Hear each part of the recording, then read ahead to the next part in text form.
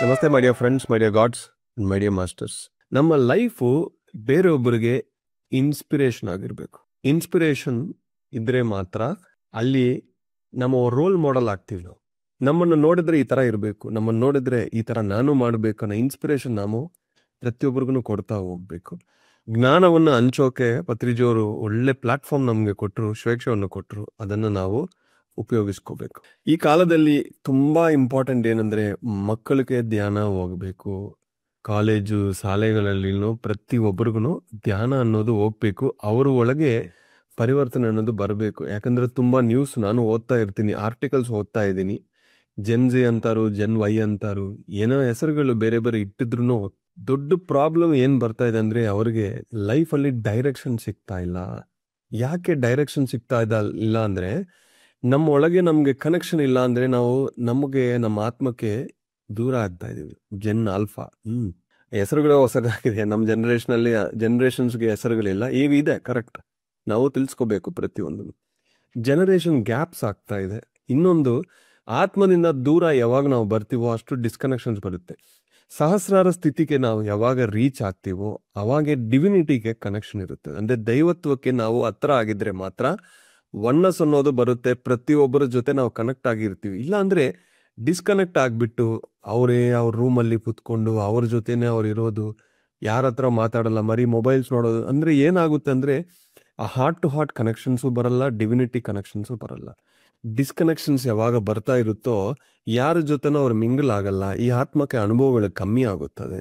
ಹಂಗಾಗಿ lower beings, lower thoughts ಅಂದ್ರೆ ಸೂಸೈಡಲ್ಲು ಆಗಲಿ, ಡಿಪ್ರೆಷನ್ ಆಗಲಿ, ಆಂಗ್ಸೈಟಿ ಆಗಲಿ, ಇದಕ್ಕೆಲ್ಲ ಮೇನ್ ಕಾರಣನೇ ಅವರು ಬೇರೆಯೊಬ್ಬರ ಜೊತೆ ಕನೆಕ್ಟ್ ಆಗಬೇಕು. ಪ್ರತಿಯೊಬ್ಬರ ಹತ್ರ ಮಾತಾಡಬೇಕು, ಪ್ರತಿಯೊಬ್ಬರ ಅನುಭವಗಳನ್ನ ಕೇಳಬೇಕು, ಪ್ರತಿಯೊಬ್ಬರ ಜೊತೆ ಟ್ರಾವೆಲ್ ಮಾಡಬೇಕು, ಪ್ರತಿಯೊಬ್ಬರ ಜೊತೆ ಫ್ರೆಂಡ್ಶಿಪ್ ಮಾಡಬೇಕು. ಯಾವಾಗ ಆ ಥರ ಇದ್ರೂ ನಿಮ್ಮ ಮೈಂಡ್ ಯಾವಾಗಲೂ ಸರಳವಾಗಿರುತ್ತದೆ, ಹಾಯಾಗಿರುತ್ತದೆ.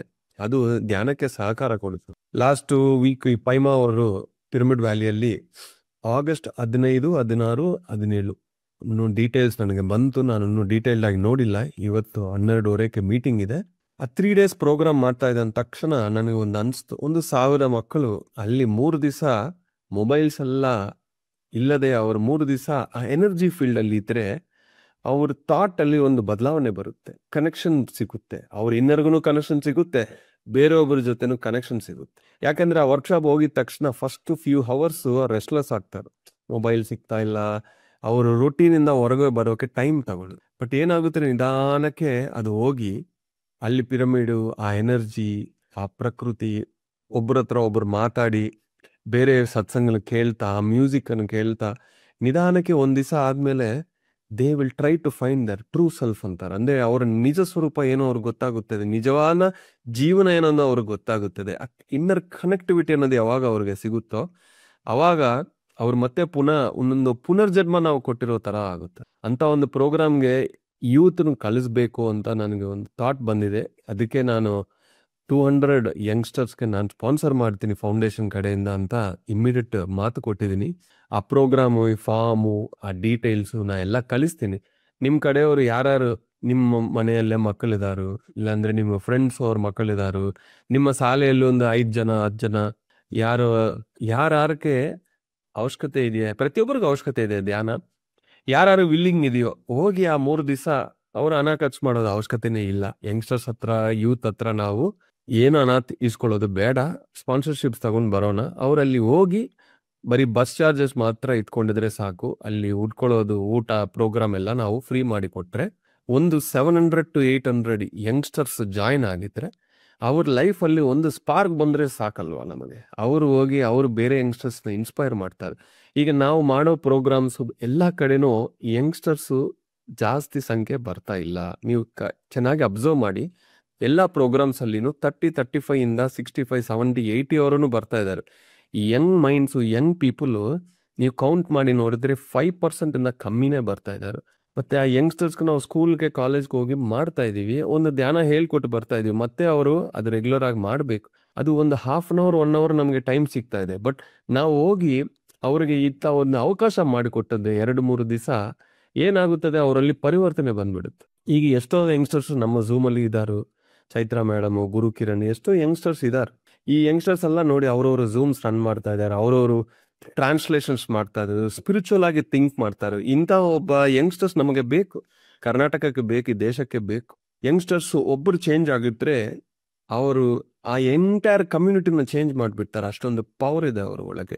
ಸುಮಾರು ಸಾವಿರ ಪ್ಯಾರೆಂಟ್ಸ್ ನಮ್ಮ ಹತ್ರ ಬಂದು ಅವ್ರಿಗೆ ಧ್ಯಾನ ಆಗ್ತಾ ಇಲ್ಲ ಅಂತ ಹೇಳ್ತಾರೆ. ಯಾಕೆ ಅಂದ್ರೆ ಇಮಿಡಿಯೇಟ್ ಅವ್ರ ಬಾಯಿಂದ ಬರೋದು ಮಕ್ಕಳ ಬಗ್ಗೆ ಆಲೋಚನೆ. ಯಾವಾಗ್ಲೂ they think about the children.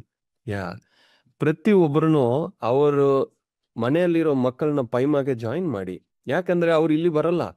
ಇಲ್ಲಿ ಬಂದ್ರೆ ಅವ್ರಿಗೆ ಏಜ್ ಸೇಮ್ ಆಗಿರ್ಬೇಕು. ಒಂದು 18-20 ಆ ಏಜ್ ಅಲ್ಲಿ ಇದ್ರೆ, ನಮ್ದೆಲ್ಲ 40-50 ಆಯ್ತು. ಅವ್ರಿಗೆ ಆ 18-20 ಸರಿ ಇಲ್ದ್ರೆ ಅವ್ರ ಜನರೇಷನ್ ಅವರೇ ಇರ್ತಾರೆ. ಓ, ಇವ್ರು ಮಾಡ್ತಾ ಇದ್ರೆ ನಾನು ಮಾಡ್ಬೋದು.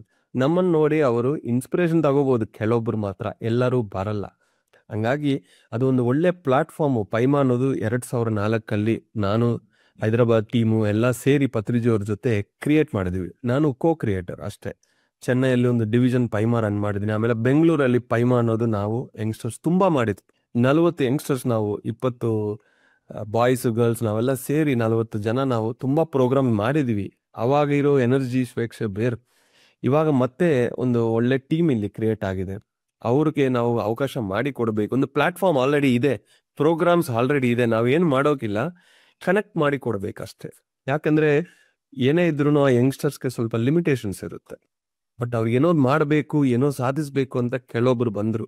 ಈಗ ನೋಡಿದ್ರೆ ಒಂದು ಟೀಮ್ ಯಾವಾಗ್ಲೂ ಎವ್ರಿ ಸಂಡೇ, ನನಗೆ ಗೊತ್ತು, ಸುಮಾರು ವರ್ಷದಿಂದ ಕಬ್ಬನ್ ಪಾರ್ಕ್ಗೆ ಹೋಗಿ ಅವರಲ್ಲಿ ಕೂತ್ಕೊಂಡು ಬರೋರ್ಗೆಲ್ಲ ಧ್ಯಾನ ಹೇಳ್ಕೊಡ್ತಾ ಇದ್ದಾರೆ. ಈ ವಿಷಯಗಳು ನಮಗೆ ಗೊತ್ತಾಗಲ್ಲ, ಅವ್ರು ಹೇಳಿದ್ರೆ ಗೊತ್ತಾಗಿದೆ.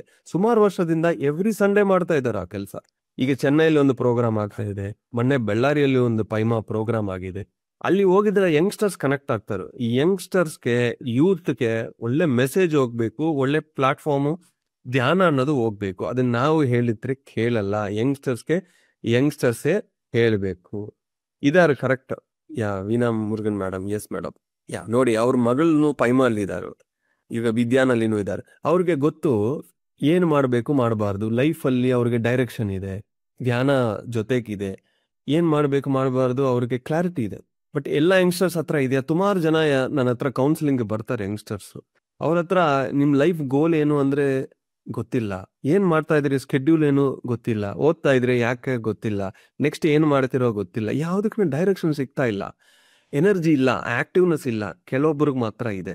ಪ್ರತಿಯೊಬ್ಬರು ನಾವು ಇನ್ಸ್ಪೈರ್ ಮಾಡಬೇಕು. ಪ್ರತಿಯೊಬ್ಬರು ಲೈನ್ ಅಲ್ಲಿ ಬಂದ್ರೆ ಚೆನ್ನಾಗಿರುತ್ತದೆ. ಒಂದು ಸಾವಿರ ಯಂಗ್ಸ್ಟರ್ಸ್ ನಮ್ಮ ಮೂಮೆಂಟ್ ಅಲ್ಲಿ ಕ್ರಿಯೇಟ್ ಆಗ್ಬೇಕು. ಅವರು ಎಲ್ಲಾರನ್ನು ಚೇಂಜ್ ಮಾಡ್ಬಿಡ್ತಾರೆ. ನೆಕ್ಸ್ಟ್ ಜನರೇಷನ್ ನಾವು ರೆಡಿ ಮಾಡಲೇಬೇಕು. ನಾವೇ ಎಲ್ಲ ಮಾಡ್ತಾ ಕುತ್ಕೊಂಡಿದ್ರೆ ಆಗಲ್ಲ. ಧ್ಯಾನ ಸುವರ್ಣ ಕರ್ನಾಟಕದಲ್ಲಿ ಯಂಗ್ಸ್ಟರ್ಸ್ನು ಬಳಿಬೇಕು. ಅವರನ್ನು ಚೆನ್ನಾಗಿ ಧ್ಯಾನ ಮಾಡಿ ಮುಂದೆ ಬರಬೇಕು.